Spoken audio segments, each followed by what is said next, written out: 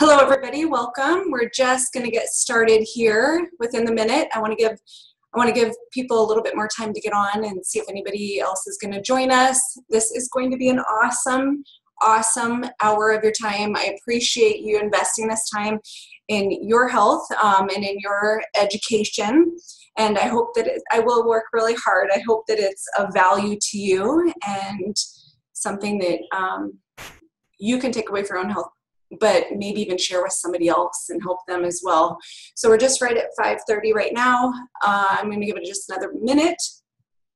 There is a webinar chat if you have any questions, comments, if I'm too loud, speaking too fast, or if you need anything else, please don't hesitate to type a message in there.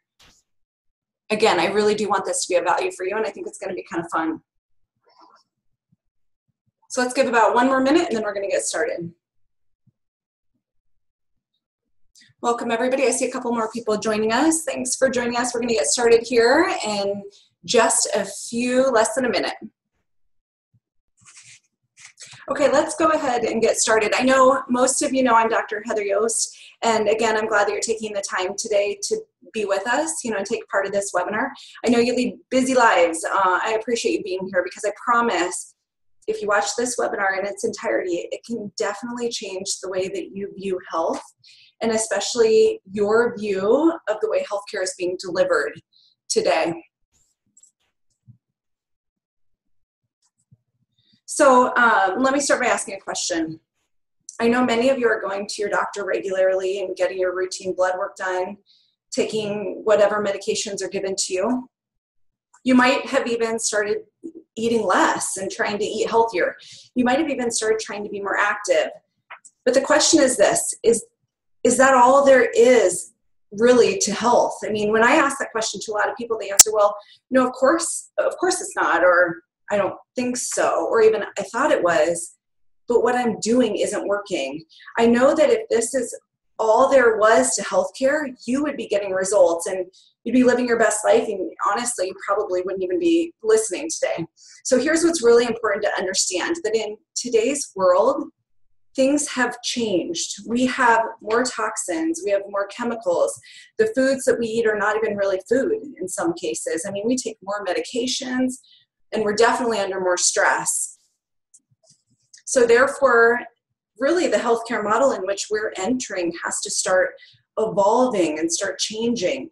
And to understand that, there's some new complexities to what's happening and what's affecting your health. So that's why we're here tonight, to really explore and understand what is healthcare going to be in the 21st century and how can it be improved? Because I promise you, if your doctor is not taking into consideration the toxins in the environment or taking the amount of toxins that are in your body, realizing that it's something that can potentially be affecting your health, then something is being missed. I mean, if we're not taking into consideration the fact that you probably have some nutritional deficiencies, in some cases, they're often severe nutritional deficiencies. Listen, I guess what I'm saying is if those things aren't being tested and addressed, you're not going to reach your fullest potential. But let me go back a little bit and explain who I am. Again, like I said, my name is Dr. Heather Yost. I initially went to ISU, or Iowa State University. I received a bachelor in exercise and sports science, knowing that I would go down and get a doctorate degree at Logan College in St. Louis. After attending Logan College of St. Louis, in which I married my husband, Ben, you see in the picture, I started my practice within months of graduating. I always loved taking care of people, but I always knew that there was an opportunity for continued growth and education and learning. And to be honest with you, there were many times that certain patients with certain conditions just didn't respond to care. I mean, I was still seeing them have trouble with things like autoimmune disease. I was seeing them have troubles with their thyroid. I was seeing them continue to take medications like blood pressure medications, cholesterol medications. I also saw them having things like endometriosis and fertility issues. I just saw all these problems, and I saw some of them still suffering, and I truly wanted to make a bigger impact. I mean, I knew that there was a way that I could help them with natural means, but I knew I needed some more tools and some more skill sets, and I just wasn't sure where to start. So, honestly, then I had my own health crisis. So it was years ago. I was a busy practicing doctor, and truly within weeks, my health turned on a dime. I was running half marathons. As an active mom, I was an active practitioner. I was active myself, running many half marathons every year and taking care of everything, and all of a sudden I started getting joint pain, which, being a natural holistic practitioner, I threw everything at it that I knew how. At the time, I was getting adjusted and acupuncture and lots of nutritional supplements, and ultimately ended up in a health crisis situation that was so bad that I had trouble walking. I had trouble. Let me pause really quick. You're not supposed to see me. You're supposed to see this slide. Do you see that, Deb? And what it boiled down to is I ended up getting an MRI and found bone marrow swelling, which was scary. So then I ultimately ended up at Mayo Clinic in Rochester trying to figure out what this bone marrow swelling was from. I spent every week, I went up to Mayo Clinic and spent a lot of time and a lot of money. And at the end of it, I was told I had an autoimmune disorder, which I was familiar, but I wasn't an expert on by any means. And I was told that I needed an immunosuppressant drug for the rest of my life in order to manage my immune system. And at that point, I knew enough that I knew I would manage this on my own and I would fix and correct it. So what happened was I started, down this road of learning more about functional medicine. And I kind of turned my crisis to growth and my challenge to opportunities. I changed my own life through functional medicine as I learned this and knew that I wanted to bring this to my clinic so I could ultimately help more people. So I started on my journey to become a board certified functional medicine practitioner.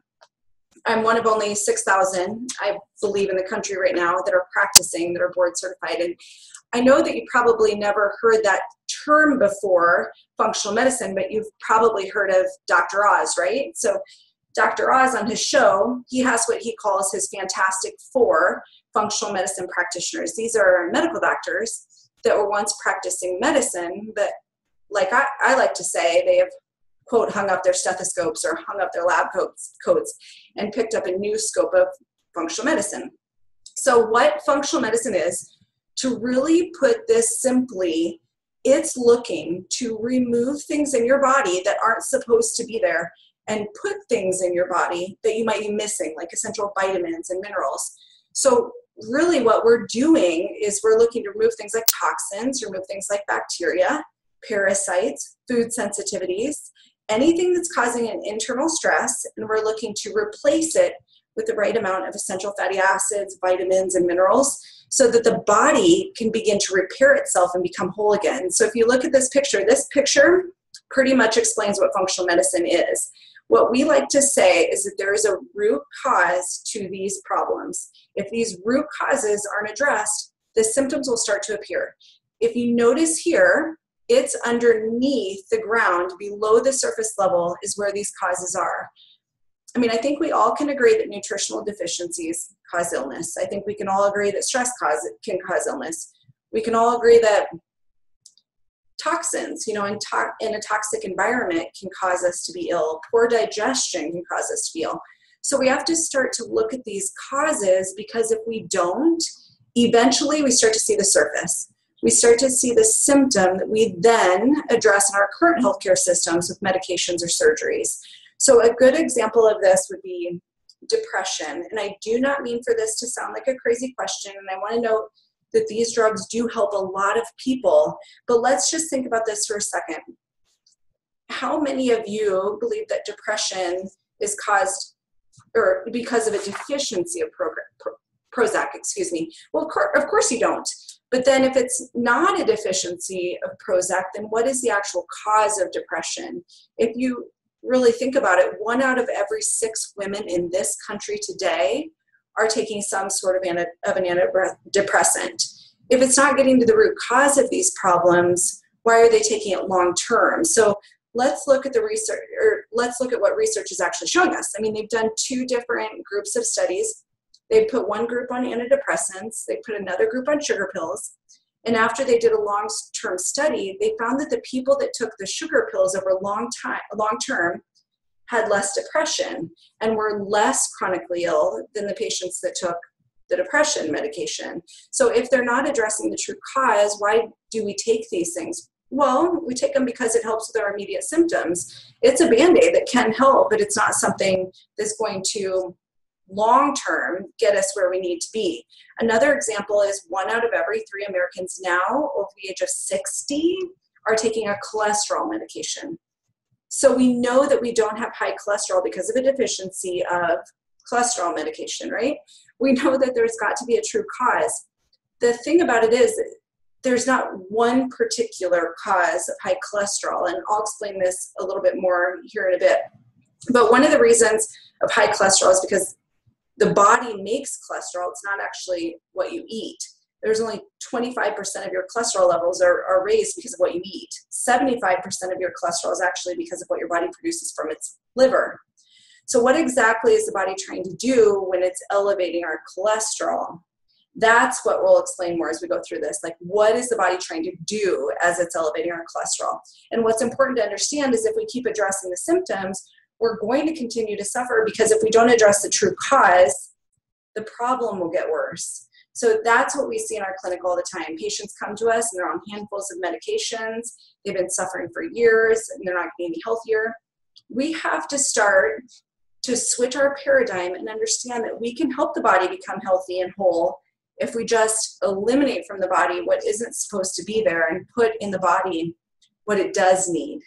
Now, in our office, we like to look at the body as 4 primary systems. The body has, depending upon who you ask, 11 or 12 different primary systems of the body. And unfortunately, many of us are used to going to practitioners that specialize in separate divisions of our body. For example, if you have a heart problem, you go to a cardiologist. If you have a gut problem, you go to a gastroenterologist. The problem with that is that our body is not comprised of separate systems. The systems of our body are really all interconnected. They all work in harmony. They should work in harmony. We should be one entire ecosystem truly that's working in harmony to create optimal health. But for practical purposes, or I guess for educational purposes, we like to explain the body as these 4 primary systems. What I like to say is that these 4 systems are the 4 core systems of our body. And when one of these systems become out of balance or become damaged, it affects the other systems. So if you have a problem with the hormonal system, it's going to affect your nervous system. It's going to affect your detoxification system, and it's going to affect your digestive system. You really can't affect one system without affecting all of the other systems. So realistically, that's why I can consider them all one system. But for today's purposes, we're going to go through each one of these systems and explain how these systems become broken and damaged, and then how they can affect the other systems of the body. So the first system that we're going to talk about today is the hormonal system. In the hormonal system, we're going to talk about your adrenal glands. And I know a lot of you are familiar with the hormone adrenaline.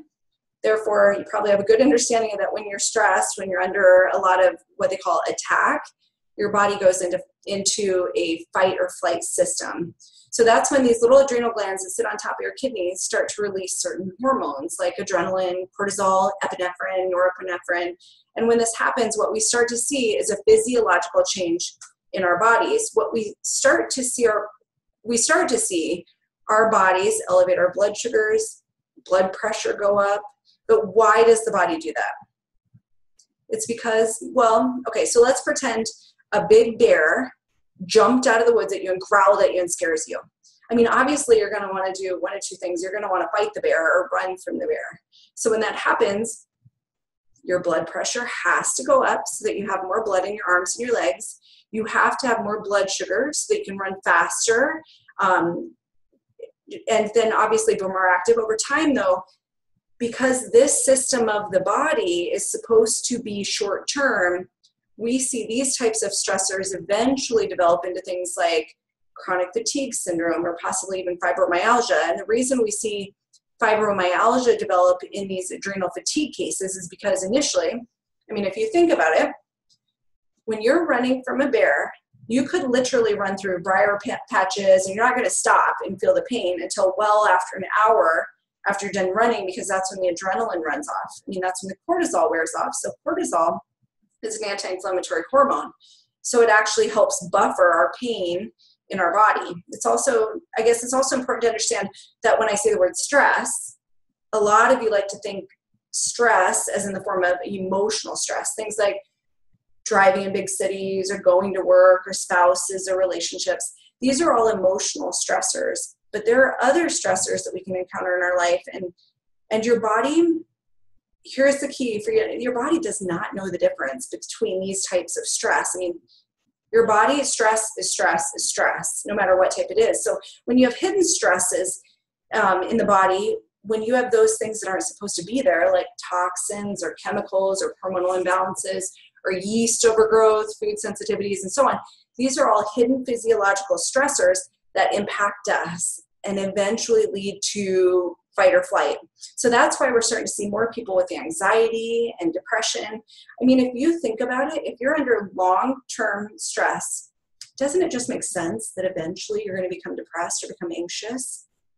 Here's what our job is. It's to help discover where these stressors are coming from and how to help you learn how to improve the function of your body and eliminate those stressors. So I'm going to show you in the next slide how stress depletes in your hormones that affect your mood. With stress, we're also going to crave salty foods and caffeine. I mean, I don't know about you, but I am kind of a type A, go, stress type. I have 2 businesses, 3 children. I spend quite a few plates. I mean, I just have to smell a French fry and my mouth starts to water, because that salt is actually a precursor to a lot of those hormones that our adrenal glands release. So that's the French fry cravings when I'm stressed. Here's what I find a lot of times though. If you have that craving for salty foods, chips, things like French fries, things like that, you're probably the same type of person that has trouble falling asleep or falling back to sleep. You're the kind of person that'll go to bed at 10, don't fall asleep until 11, wake up at 2, stay awake from 2 to 3 or 3:30 until you finally fall back asleep. I mean, that's those adrenal glands. They're kicking in and becoming dysfunctional, becoming damaged. Sometimes this type of person also has anxious energy or heart palpitations, particularly early to the middle of the day. The end of the day sometimes the first thing in the morning they wake up and they just have this anxiety about them. They don't know why. They feel like something's wrong. And eventually, with long-term stress, we know that people develop heartburn, reflux, ulcers. I mean, it's interesting to think about this. When your adrenals are firing, it actually shuts down your stomach.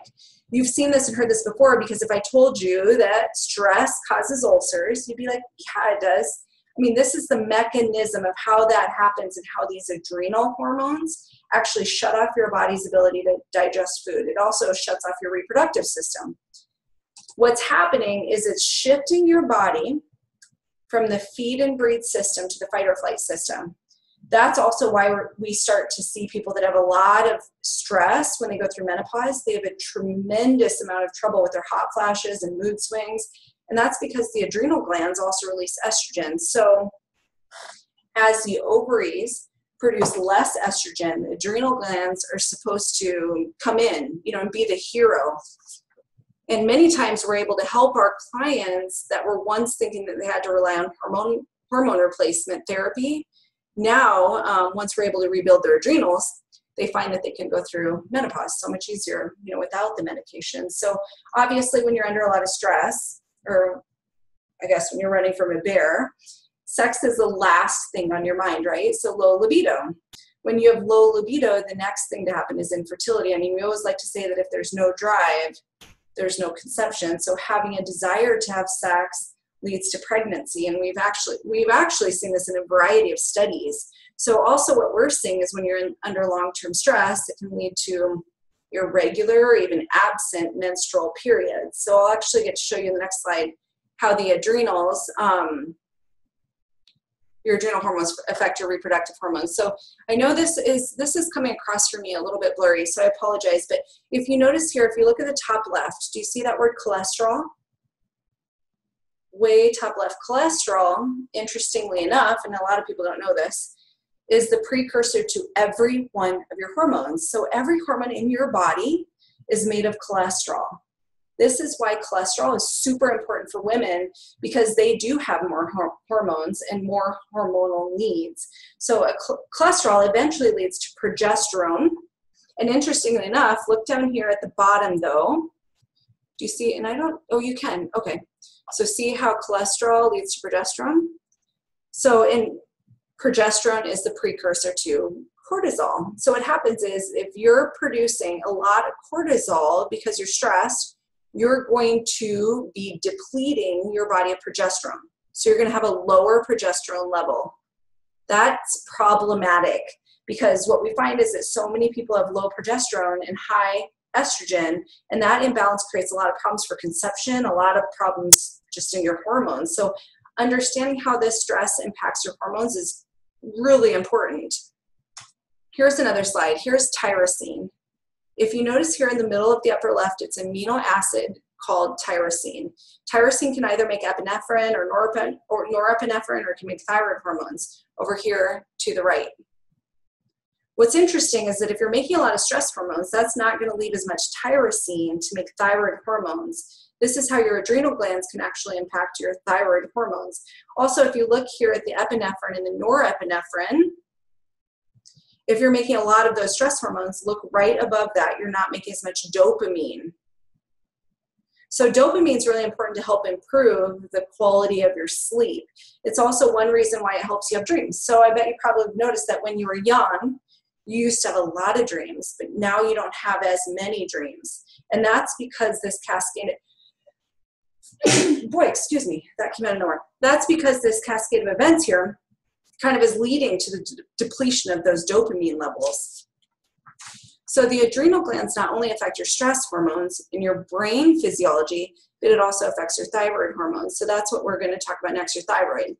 So your thyroid is extremely important. And the reason that your thyroid gland is so important is because every cell, tissue, gland, and hormone of your entire body has a thyroid receptor on it. I mean, this is the only hormone in your body that affects every other function, cell, tissue, organ, gland in your human body, the only one. So when your thyroid becomes dysfunctional, well, I mean, that's what we're going to be talking about today, is actually when your thyroid starts to slow down. I mean, there are some cases where the thyroid speeds up. That's very few cases. And if that needs to be addressed, I can talk to somebody individually about that, but it's not something we see very often. So what you normally see is when somebody has a low thyroid, when that happens, they're going to gain weight all over. Their metabolism is going to slow down, so they're going to have cold hands and cold feet. Their blood pressure is going to go up. They're going to become fatigued. They're going to crave carbohydrates. Their digestion is going to slow down, so they'll become constipated. I mean, they're going to start losing their hair. They're going to have dry skin. It's going to lead to depression and anxiety. And if you think about it, when women typically have menstrual cycles, they have mood swings. So that's an example of how estrogen and progesterone and testosterone affect your mood. But depression and anxiety can also be affected. So depression is one of those things that it's a very common side effect of low thyroid. I mean, it's something we see in our office. Oftentimes it's missed because when people are diagnosed as having depression, but really they just have a hidden thyroid problem, they didn't even know about. So increases in muscle aches and allergies and infections also happen because the immune system slows down. So heavy menstrual periods, like a normal menstrual period should be 5 days long, light red, no clots. But oftentimes what I'm finding is that that's not common in this country. I mean, but that's what it should be. That's a quote normal period. But we're hearing more that's more common with women is 7 days, clots, dark red, cramps, PMS, massive changes in mood. I mean, it's not an event most women, well, I guess, or their significant others like to go through, but that's what is so common. I mean, it's just not normal. But do you understand the difference between normal and common? I mean, we've got to really define that for ourselves and realize that even if it's common, it might not be normal. So we can also in these situations see that a decrease in libido because your hormones are slowing down. I mean, the thyroid affects those hormones as well. You become forgetful, you have high cholesterol. I mean, it's not uncommon for us to see a thyroid patient come into our office that's been diagnosed with depression. So she's taking a depression medication, or he's taking even a depression medication.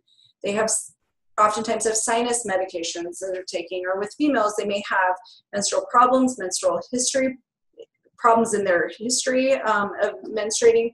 They might take birth control to help normalize their periods, which actually can cause more thyroid problems. They also typically are taking sleep medication because their sleep starts to decrease too. So what's happening is they're just not understanding that just because they're taking, say, a Synthroid in some cases, or a medication for their thyroid, it's really not addressing the true cause of the problem. So in so many cases, which I'll explain what the number one cause of thyroid disease is here in a second, but it's causing these systems of the body to start shutting down. These things they just have to be addressed properly, and that's our goal. It's to understand what the true cause of someone's thyroid problem is and help restore their health. This slide's gonna explain a little bit more about how this works. And if you look at the right, there's the pituitary gland, the top right, that's in your brain, and that releases a hormone called thyroid stimulating hormone. Then it tells your thyroid gland, so here where pituitary releases TSH, tells your thyroid gland to produce more thyroid, and that's called the T4 thyroxine. So T4, it's actually inactive, meaning it doesn't do anything. It has to go to the liver, kidney, or gut, which actually, let me say that again. So stick with me here and think about this. Your thyroid gland releases T4. It does nothing for your body, nothing for your physiology. It doesn't improve your metabolism. It does nothing until it goes to your liver, kidney, and gut and gets converted to T3. So think about this for a second. I mean, how many times have you thought that maybe your thyroid problems are not really a thyroid problem, and maybe it's your liver, or your kidney, or gut aren't converting it into this T3? So that's something to understand, that our clinic's really stressing, is that we can't just look at one organ or one gland. You have to look at all the different systems of the body and see how they're interconnected. So if you look at this, most doctors only test the thyroid stimulating hormone, that's in red, and the T4, that's in red, but they're leaving out the T3. They're also leaving out something called the reverse T3, which can be a stress hormone. This is where your body makes thyroid hormones. So instead of the T3, when you're under stress, it's going to make the reverse T3.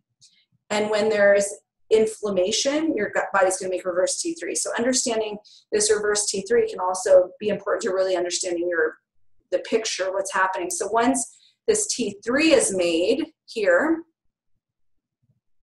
it goes to the cell, tissue, organ, gland, and hormone, unless it's stopped by a protein.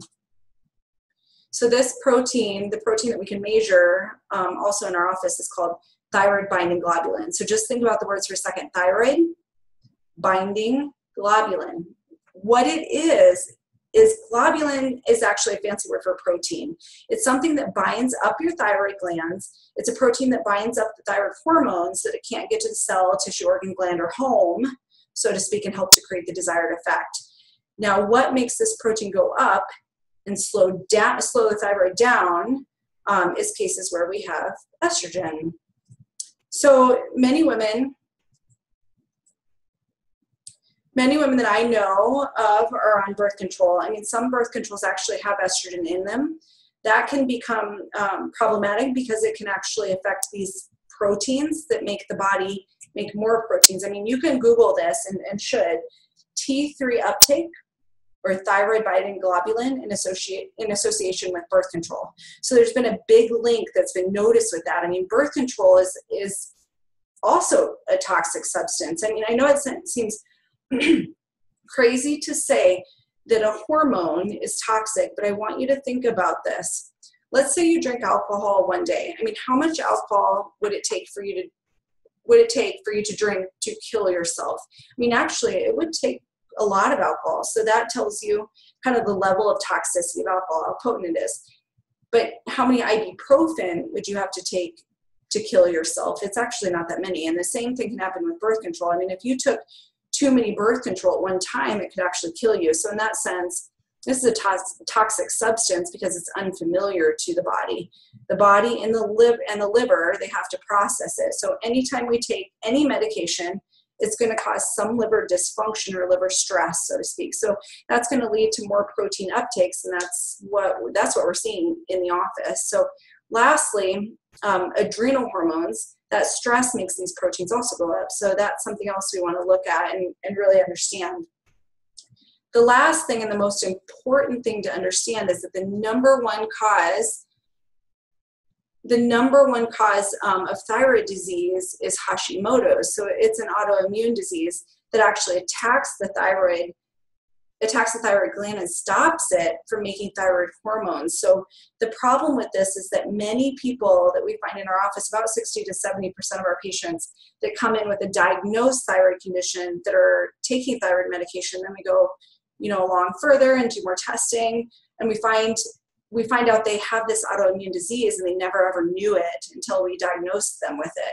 So this is a huge problem, because if you think about it, this patient doesn't have a thyroid problem, really. I mean, they really have an autoimmune system problem. And if you really think about it, with an autoimmune system, I mean, where is the majority of your immune system found?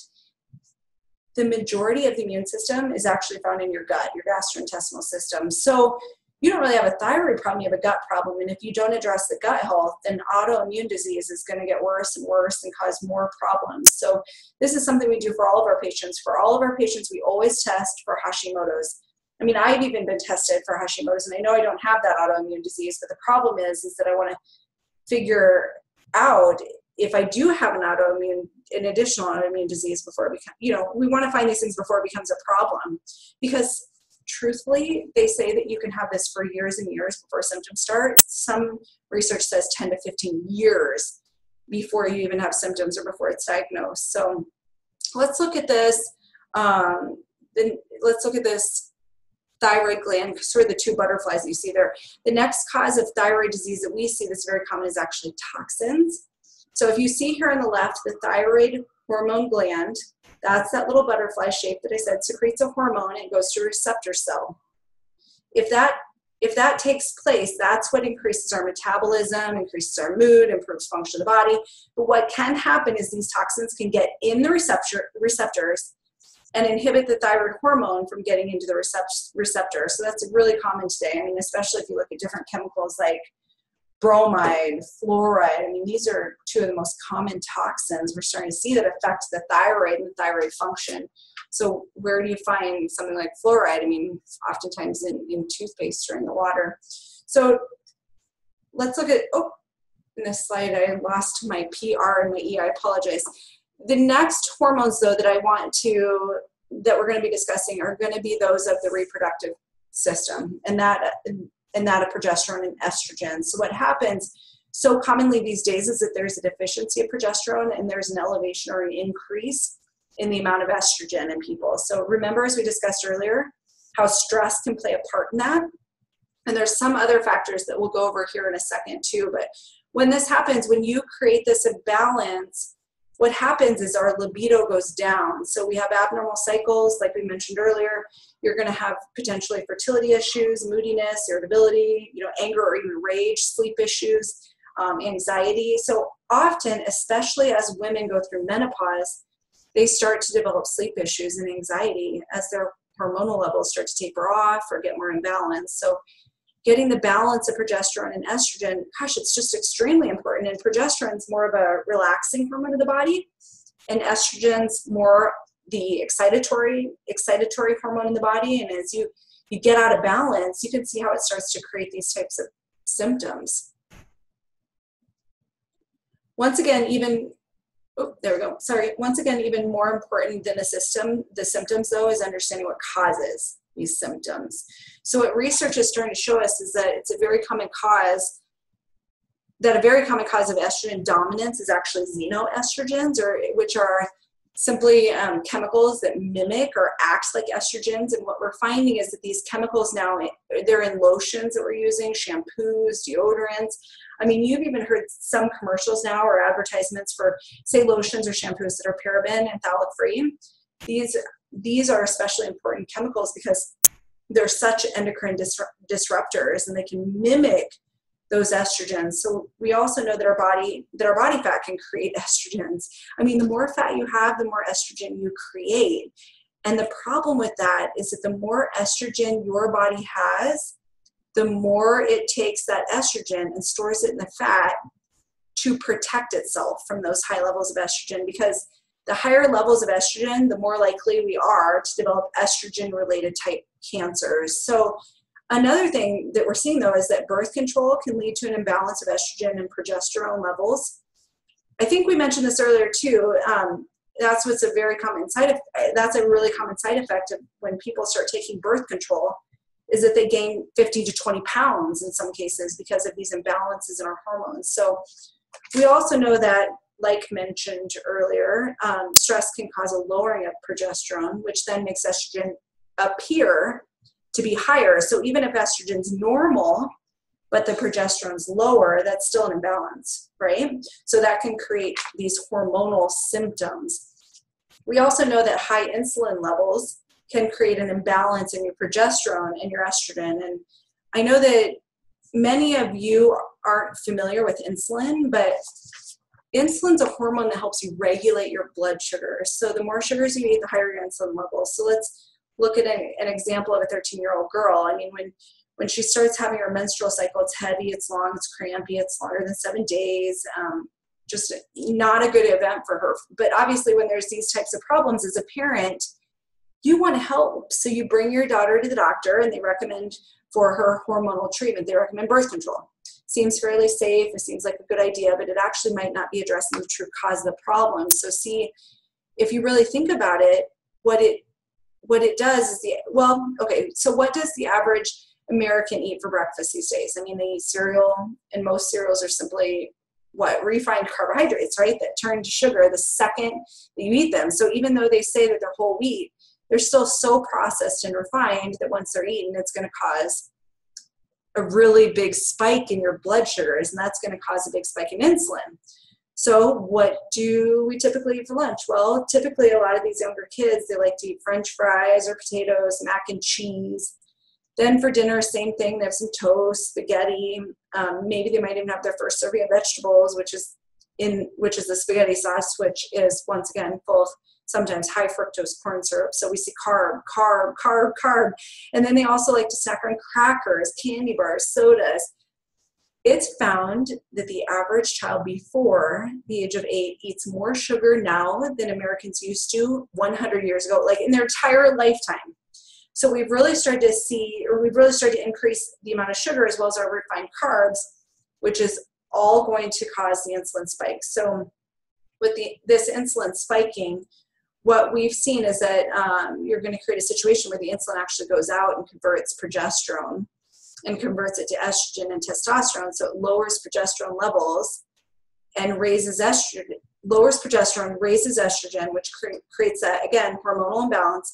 And that's why, I mean, in our office, every one of our new patients, when we do our initial lab work, we always look at the insulin levels because we find this hormone is driving so many hormonal imbalances as well as weight gain. I mean, you have to understand that insulin is actually a growth hormone. I mean, bodybuilders have found out this little trick. I mean, they've actually started using insulin to bulk up.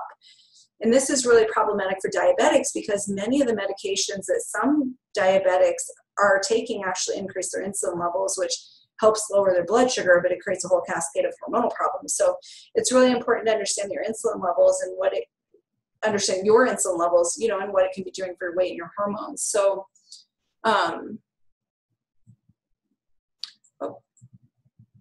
excuse me. So, you know what, another thing that I wanted to say also before I forget is that there's studies out there, and this isn't the only one. With the studies, it says that, women with breast cancer may have 10 to 50 times the level of plasma concentration of estrogen. So I guess what are they saying here? It's breast cancer is caused because of elevated levels of estrogen, and this is one known cause of cancer. But what I really like about this study is that it says further, this suggests that estrogens are not properly detoxified, therefore accumulate in the breast tissue and increase the risk of breast cancer. So if you think about this, what they're saying is that the estrogen's bad, but it's really bad if it accumulates in the body and it's not detoxified. So I don't think a lot of people have ever really thought that, hey, maybe cancer is related to our liver function, because isn't that the organ that's responsible for detoxification in our body, or one of the primary drivers of that detoxification? So this is, once again, sort of the connection of functional medicine and understanding that estrogens need to be eliminated and detoxified from the body or can cause cancer. So what's great about functional medicine is that we now have the testing to evaluate estrogen levels. So this is a 21-year-old girl that came into our office. Her mother sent her here to our office to have her hormones evaluated because she was, geez, like many, having problems with her hormones and problems with her cycle. So the top three on this top line are the three forms of estrogen. So we measure for those. And as you can see, 2 of the 3 are very high. So do you see here this red caret? That's showing that they're out of range. They're beyond this yellow star. So they're really high. But even more important are the ones below. Here are the 16-hydroxy and the 4-hydroxy. These two, research has shown us they've been linked to breast cancer. So interestingly enough, the 2-hydroxy here on the left has been linked in research to show us that it prevents cancer. So as you can see, this young girl with the 16 and the 4-hydroxy being really high and the 2-hydroxy being really low is not a good situation or a good scenario for her. But even more important, the next step is what we call, or where it methylates. So if you look here at the bottom,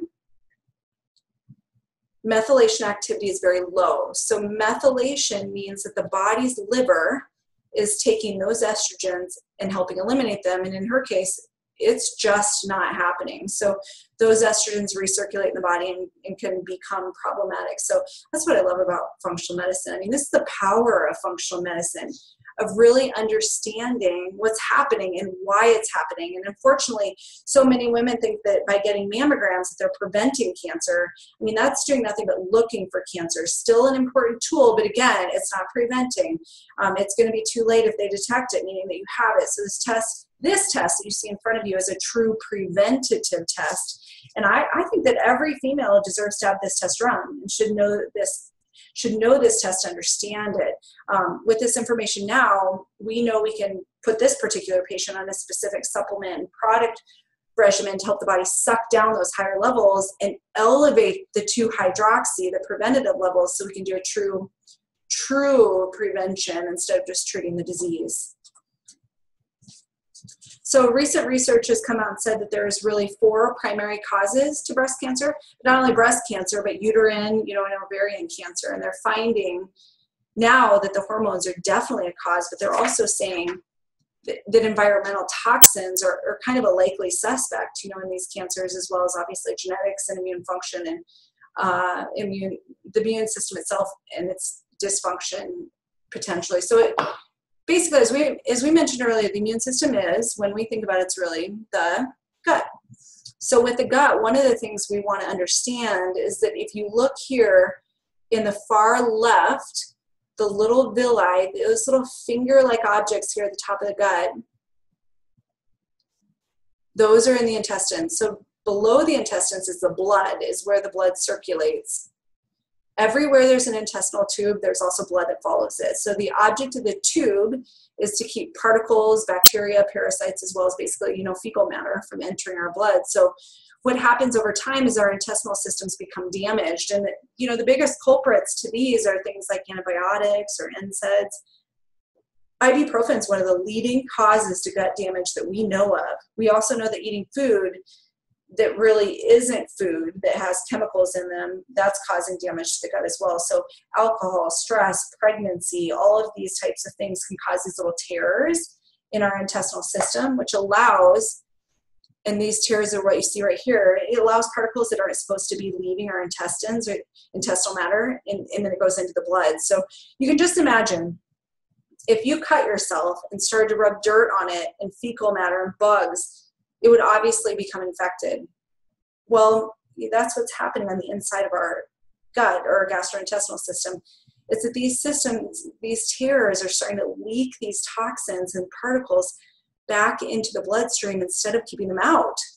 And when that happens, a whole cascade of responses start to happen. Our immune system starts to attack these particles, just like they're viruses. What happens when you have a virus or a bug in your body? I mean, you get an infection of some sorts. You have a temperature. Your temperature goes up to try to fight the bug. You get inflammation. You get swelling in that area, reddening of that area. What happens in your gut? I mean, you don't really feel it or see it because it's on the inside of your body. But that swelling and the immune system response starts to affect not only your gut, but your entire body. So what happens is your gut becomes inflamed and you start not absorbing your nutrients. So over time, they say that, this is one of the major causes of autoimmunity. And right now we're finding that 1 in 8 in this country are being diagnosed with an autoimmune disease. I mean, and they're wondering why it's happening. I mean, we're starting to see that more and more people have food intolerances and food sensitivities. I mean, think about this. 30, 40 years ago, peanut allergies weren't even existent, for that matter. I mean, very rarely. But now you see that every school has an issue, challenge special tables. Like, they work really hard to protect these children from their peanut allergies. So they also say that this type of autoimmunity can affect our blood-brain barrier. So these toxins, these particles, if the gut isn't functioning, you don't get in our brain, cause inflammation in our brain. Then eventually the systemic inflammation, like where our whole body starts to ache and feel swollen. Here's some research that shows, I guess I want you to understand what this says. It says metabolic endotoxemia. So what does that mean? Toxins inside of the body. What's that word there? Initiates obesity and insulin resistance. So what they're saying in this article is this research is that these endotoxins, these toxins that are coming from our gut are causing us to be fat. So obviously we know that we eat too much food, too many calories. We know we're not active enough. We know that's still a cause, but what this is referring to in essence is that, I mean, let's say that you have somebody that's eating 1,000 calorie a day diet and active, and they're not losing weight and they're developing diabetes. I'm seeing that in the office too. And what that can mean in some of these cases is that the person has a gut that's so damaged that it's leaking toxins into the body. And if you read this article a little later, on the first line it says they're seeking an inflammatory factor on the onset of insulin resistance, which is diabetes, obesity, and diabetes. So we have identified bacterial lipopolysaccharide kind of as a triggering factor. So I want you to see this study, and I want you to really look at it. This mouse on the left and this mouse on the right ate exactly the same diet. So what's great kind of about being in a clinical setting with these lab rats is that you can make them eat what you want them to eat, and you can make them be as active as you want them to be active. So both these mice had the same activity level. They ate the same amount of calories. And if you notice here, the difference of the size of these mice, I mean, the only difference in these two rats was that the one on the left was injected with that toxin. That toxin causes obesity, causes insulin resistance. They also said that that mouse was more likely to have more diseases. So let's look at this next study. They're saying that the gut-brain barrier, like I mentioned earlier, when the gut becomes damaged, it leaks into the blood, and that blood goes to the brain. I mean, that's the gut-brain barrier. It's how it's related to major depression. It's that the intestinal mucosal dysfunction, so basically the lining of the gut, when it becomes damaged, it increases the amount of toxins that go into the body. Then it says that that causes leaky gut, plays an inflammatory pathophysiology of depression. So this LPS toxin from the gut is related to depression. I mean, we're starting to see more and more of these types of things coming out in the research. What we do in our office when we look at somebody with a digestive dysfunction, we do certain testing. So we look at if they have high CRP. I mean, every one of you should have this test done. I mean, it should be something that's right below your cholesterol levels. It should say C-reactive protein. They're finding that there's inflammation in the body. It's not just in the gut, but it's systemic, and it goes to the heart. So that's the gut-heart connection. We also see things like homocysteine levels going high when there's gut dysfunction. We see low vitamin D scores.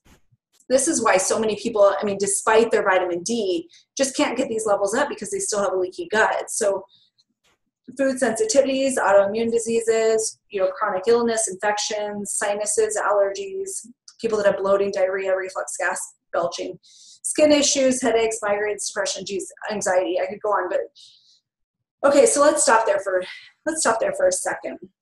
Think about depression and anxiety. They give you an antidepressant, which is a serotonin reuptake inhibitor. But where is serotonin manufactured? I mean, is it made in your brain? Nope, it's actually not. It's actually made in your gut. 80 to 90% of serotonin is made in your gut. So if you have gut dysfunction, you're not going to make those serotonin levels. Serotonin is made from your nutrients from the food you eat. It's made from B vitamins, B9 and B12 in particular, and tryptophan. So think about this. We don't necessarily have an epidemic, again, of deficiency of depression medication. We have gut issues, serious gut issues going on that are causing these types of problems. So it's unfortunate that so many people are treated improperly. I mean, systemic pain, like we said earlier, can happen also with these digestive dysfunctions, nutritional deficiencies, where if you have, like, say, little white spots on your nails, cracking of your nails, ridges on your nails, those little bumps in the back of your arms, they can all be signs of nutritional deficiency and a poor gut. This is one of the tests that we run in the office. This is called a Candida test or a yeast test. It looks to determine if the body's overcome with yeast. So this is in particular in the gut. So one of the things that we see in our office is that about 60, 70% of our patients have this hidden yeast overgrowth in their gut. And that means that when the patient eats their food, instead of absorbing the nutrients, the yeast eats the nutrients. So the patient starts complaining of fatigue, of hunger, they complain of bloating, gas, they crave carbohydrates and crave sugar. So killing this yeast or getting this yeast out of the body, ridding the body of this yeast is really gonna be important for people in regaining their health. And oftentimes their symptoms can sort of be misled. It can mislead their doctors into thinking or believing that they have a thyroid problem or a fatigue problem that's really, just undiagnosed yeast. Another test that we run in our office is a food sensitivity test.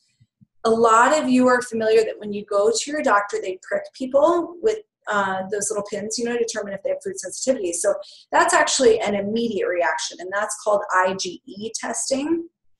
This in front of you is what we call IgG testing. So it means that after you eat foods, it can be actually up to 24, maybe 48 hours or even longer for your body to have an immune response. So you can tell from this patient's case, there's a lot of reds, a lot of 3s, 2s, and 1s. 1s are the smallest, 3s are the largest response. What's important to understand, though, is that this patient doesn't necessarily need to eliminate all these foods from their diet. That's really not the problem.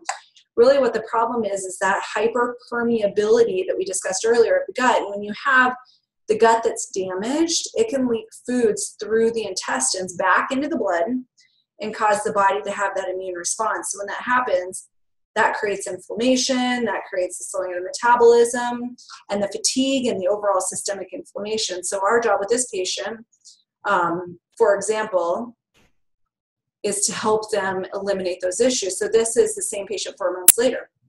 And if you look at that, you'll see that the patient's immune system is calmed down, it's at ease now. I mean, that's extremely important because when you're dealing with patients that have autoimmune disease, especially autoimmune disease of the thyroid, they need to get that immune system rebalanced. So with this patient, she was suffering from low thyroid. She had eczema.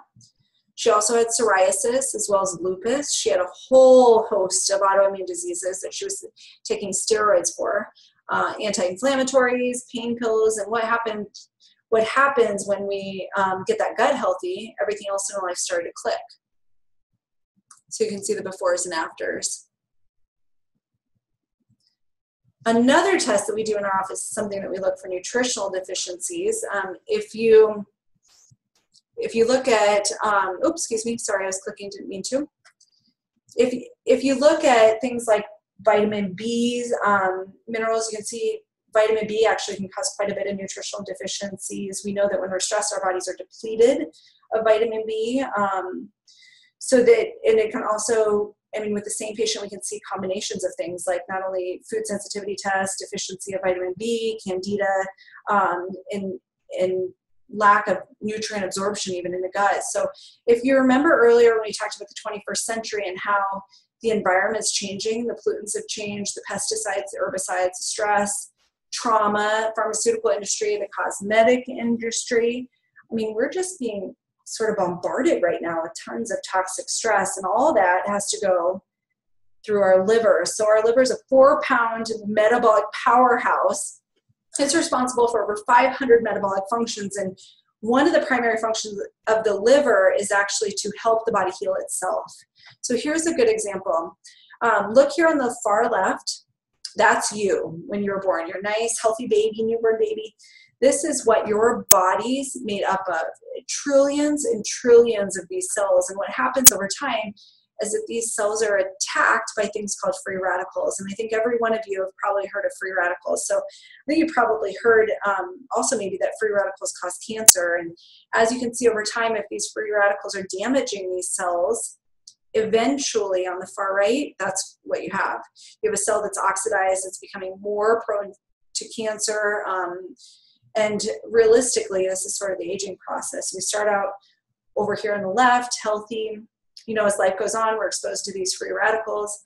Free radicals come from digesting food, come from exercise, come from burning calories, from toxins, from the environment, from our body's hormones, metabolites, and so on, waste products. I mean, everything in our life creates an exhaust, so to speak, a waste. That exhaust and waste causes us to age. So that's why people that smoke, that don't sleep enough, or are under a lot of stress, I mean, they have more free radicals than others, and that's why they age faster. So you've heard some people age faster than others. It's true. It's because of free radicals. So what happens over time is that these free radicals damage the cell. And if you look at the cell on the far right, I mean, I want you to think of something. What would this person feel like? I mean, that's right. They feel like crud. I mean, also, how much energy would this person have? I mean, how is this thyroid going to be functioning? How's their digestive system functioning? How's their immune system functioning? And no matter how many hormones we give this patient, no matter how many drugs we give this patient's not going to feel any better. And that's what's so important to understand with our office, is that we don't just treat the symptoms of the patient. We want to ensure that the liver is functioning properly, getting rid of these free radicals, so that we're reducing the damage to these cells so the body can function or become healthier. So I guess I don't like the word anti-aging, but this is helping slow the aging process. So also with our patients that have,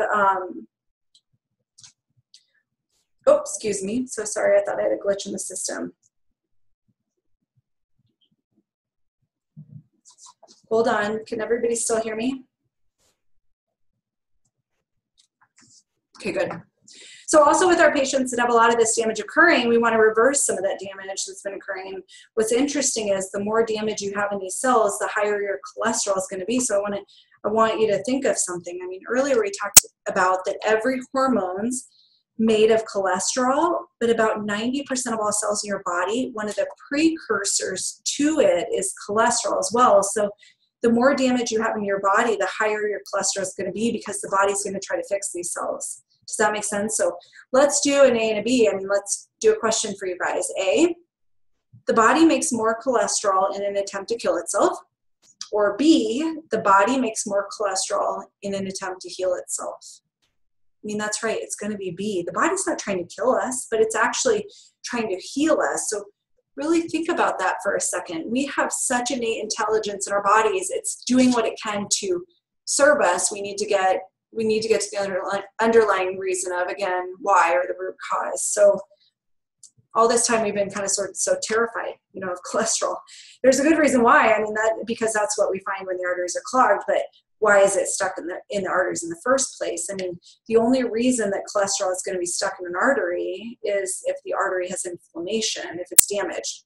So if there's free radicals that are causing damage to those arterial walls, I mean, that's when cholesterol gets stuck. So if the artery walls aren't damaged, there's no inflammation, the cholesterol is just going to hit the wall, fly down, and keep moving. And what we're finding now is that inflammation is really indeed the true cause of heart disease and the cause of cancer. So this is what we're really more concerned about, is the inflammation of these free radicals. So when the liver gets backed up, I mean, when it becomes kind of bogged down because of the leaky gut, because of the toxins, because it just can't keep up with all that's happening to it, we start to have trouble. So these toxins start to accumulate and we start having troubles concentrating. We become forgetful. We develop headaches and migraines. I mean, I want you to think about something. When you get a headache, I mean, what do you take? You take a NSAID, right? A non-steroidal anti-inflammatory drug. And so that the inflammation that's occurring from the gut, the liver has to keep up, that's accumulating in the brain, that causes the headaches. Anyway, the point is it's not a deficiency of Excedrin. It just doesn't make sense that we're just trying Imitrex and these other drugs to try to prevent headaches or migraines when truly we do have the technology, today in the testing available to get to the root cause. So, and that means improving the gut so that then we can improve the detoxification of the body. Then we can start to see the symptoms go down. So we've helped so many people eliminate their need for headache and migraine medications. People who have an overaccumulation of toxins can sometimes too start to have tremors. So they wake up between the hours of 2 and 4 in the morning. When their bodies start to detoxify, they can have an increase in allergies or skin issues, acne, just like the gut. The gut and the liver, the health of those two organs can be shown by the health of your skin. So your skin's a direct reflection of the health of your gut and your liver. And over time, if the liver becomes dysfunctional or too dysfunctional, we can start to see the cholesterol go up. I mean, we start to see high blood sugar. We can see an increase in muscle and joint pain. And so what's a side effect of a statin drug or a cholesterol drug? I mean, one of the main side effects is muscle and joint pain and muscle weakness. I have a patient in my office. She's in the medical field.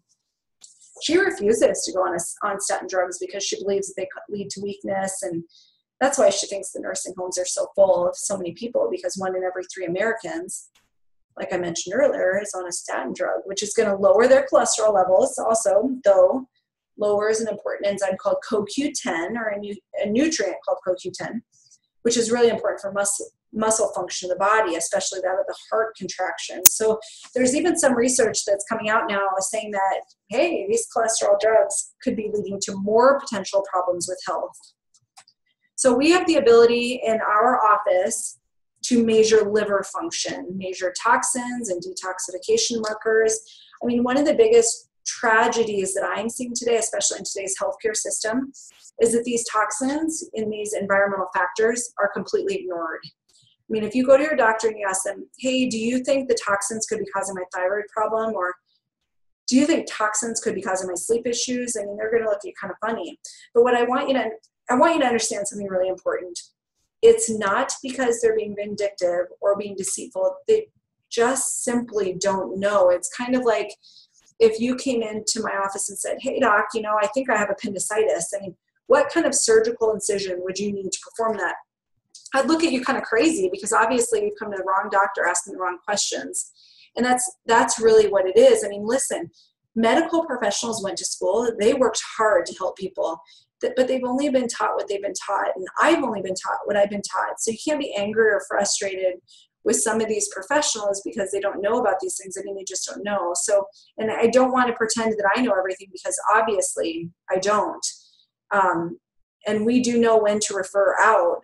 But one thing I know for sure is that in the office, we help a lot of people. And the reason we're able to help them is because we do a little bit more digging, a little bit more, we're a little bit more open-minded to what other true causes are out there, what the true causes, and not only what the true causes are, but the research is too. So when you look at patients today, they're doing what they're supposed to be doing. They're taking medications, they're trying to eat less, they're trying to move more, but they're still suffering. And every one of these patients I'm going to go over, we're all patients that were like that. I mean, they tried really, really hard to be healthy. They weren't the kind of patients, I'd like to say, that couldn't get their hand out of the Cheetos bag. I mean, these couple of patients, they really worked hard and really wanted to be well. They just couldn't figure it out. So this first patient is Shannon. She came into my office feeling tired all the time, feeling like crap, and was at her highest level ever. She'd been suffering for 7 years. She went to multiple doctors who simply told her she's normal, and just getting older. She tried to lose weight through patches, wraps, shakes, points, pills, drops, exercise, diet, you name it, but continued to gain, and obviously was really frustrated. So she found our clinic, Yost Wellness Center, sat down with me, and we decided to do some testing. We found the root cause of her problems and started her on a program of dietary changes and supplements. I mean, no drugs, no gimmicks, and her results were amazing. She not only lost weight, which we're not a weight loss clinic, we focus on health, but when you give the body what it needs, it gets to where it's supposed to be. So we improved her insulin levels and her vitamin levels, her inflammation, her yeast. I mean, she feels great. Her energy has skyrocketed. And the only reason we were able to do that is because of the simple principles. Again, we take out of the body what it doesn't need. We put in the body what it does need to function well. So we took out those estrogens, the bad ones. We put in the body what it needs to help detoxify those estrogens. We got the inflammation down. We improved gut function and detoxification centers and so on. So anyway, our next testimonial is Donna, and she has an amazing story that I think you're going to find really motivating and inspiring. And honestly, she's so heartwarming. So I hope you enjoy, and we'll talk right after this one. Oh, and I might have to push. There we go. My health before coming to the doctor was a hot mess. I had lost my husband. I had lost my mother-in-law, my business partner. I was stressed out. I got the flu, never got over the flu. Had been going to the doctor, and I never, ever felt good. I think they do what they know how to do. So you have inflammation, so I'm going to give you a pill for that. So it kind of masks it. We never, ever got down to what actually was wrong with me. I've been under the care of the doctors here for 14 weeks. I've never felt better in my entire life. I'm a new person. My entire life was consumed with anxiety. I have no anxiety. I go out and do everything. I'm selling my house. I never thought I'd sell my house. I've got my house on the market. I feel great. I feel like a new woman. To be very honest with you, I wake up in the morning, I'm happy. I go to bed and I'm happy. And everyone notices it in me. I'm just a happy person now, and I feel healthy, and I go get stuff done. I'm not afraid of anything. What I would say to someone considering this type of care is, what are you waiting for? I just say, don't wait. Don't wait any longer. It's an undertaking. You have to change your entire way of thinking about food and how the food affects your insides, because before, who cares? You're going to go to McDonald's, you're going to get a hamburger, who cares? But now you think, I'm not going to get that hamburger. I'm going to have a salad. I'm going to have some green. Anyway, just do it. It's not that hard, and you'll never feel better in your life. I love her story. And what's so great about this is that it isn't one of those fly-by-night, get fixed quick schemes. I mean, it's really frustrating to me that there's so many things out there that are so deceptive, like weight loss programs where you eat 600 calories a day, you do magical drops, you lose 40 pounds in 40 days. All of these are gimmicks and scams and hoaxes. I mean, if you really look at this, though, and you really look at what we're doing for people, we're truly making an impact because we're teaching them what it is that's wrong with them and why it's wrong and what they can do about it in order to improve their health. I mean, they can make long-term impactful decisions based on their health that are going to impact them deeply. So our care isn't just some cookie cutter approach where we just say, for example, oh, it's a thyroid problem, so let's just put her on iodine and give her some selenium and some zinc and voila, she's fixed. I mean, it's not that simple. We have to do testing, and we have to understand what the body's doing, what it's going through, in order to help people really get to the root cause of their problems. So these are real people with real problems that are getting really great results, and that's really what our office is about. So I hope by now, after watching this far, I guess if you've kept up and listened this far, it's pretty amazing in the first place. But I want you to know that I'd love to invite you to come to our office or virtually. and talk, with us to find out that if indeed, we can help you. And what we're going to do is we're going to sit down with you. We're going to have your first visit. And we're going to determine if you're a good candidate for care. We'll sit down, we'll talk with you. And if we believe you're a good candidate, we'll then talk to you about what testing, we recommend. And I typically only recommend one test initially. And the first test can be anywhere from between 100 to 400, but typically about 250, and all testing is done at cost. But it's dependent upon, what we're going to need. And I also recommend that you bring any of your old lab work with you. Not that it's going to reduce any of the testing that we're going to do. It's just going to give me a better understanding of what additional testing I may need to order that first visit. So we'll send you out of the office with that lab work. It'll be about 6 or 7 days, and we'll get the lab work back. We'll call you for a second visit. Your second visit, I'm going to review your lab results with you. I'm going to let you know if indeed we can help you, what's wrong with you, how long it's going to take to help you, and then also any unexpected costs as well as any additional testing that I'll need. I will need additional testing, but the first test will help us understand what additional testing is needed. So one of the great things about our office is that we have several different options to help make things more affordable for our patients. And what's important to understand is that we're here to help you. And part of that help is to figure out the best way to make this affordable for you. So people are always asking, well, how much is it? And first off, it's hard for us to say exactly how much it is because I don't know you and I don't know what's wrong with you. And it's kind of like asking someone to remodel your house, but they really don't know what needs to be remodeled. So the first step is to figure out what's wrong and what we're going to be able to do to help you. And I can tell you that our care plans can range between $800 to $5,000, just depending on the length and the severity of your condition, kind of how long it's been going on. But here's what I'm hoping you understand by now. This is not some gimmick. It's not some scam. This isn't some quick by night, take a pill, heal your ills. This is real care for real people. And we find natural solutions, long-term solutions for people to get to the root cause of their problems. And when you transform their life, they'll do anything to help others do what they've done as well. So my last slide, you can't change what's going on around you until you start to change what's going on inside of you. And if you continue doing what you've done, you're going to continue getting the same results. I just ask that you venture out and you take that first step and you schedule that first consultation. You don't need to buy anything. The first consultation is free. You don't need to commit to anything at all. You just need to find out if indeed I do believe I can help you. And I promise if I don't believe I can help you, I'll refer you somewhere else. So know that there are answers out there. You can get to the root cause of what you're experiencing. I want you to feel hope and continue to find solutions, because we don't want you, this is another quote, but we don't want you a year from now wishing that you had started today.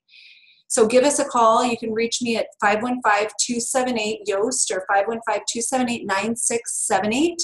One of my staff will get you set up for a free consultation in office or virtually. And again, thank you for joining us tonight. You guys have all been wonderful. I appreciate you taking time to do this and be with us. So have a great night. Thanks again. God bless. And we'll talk to you soon.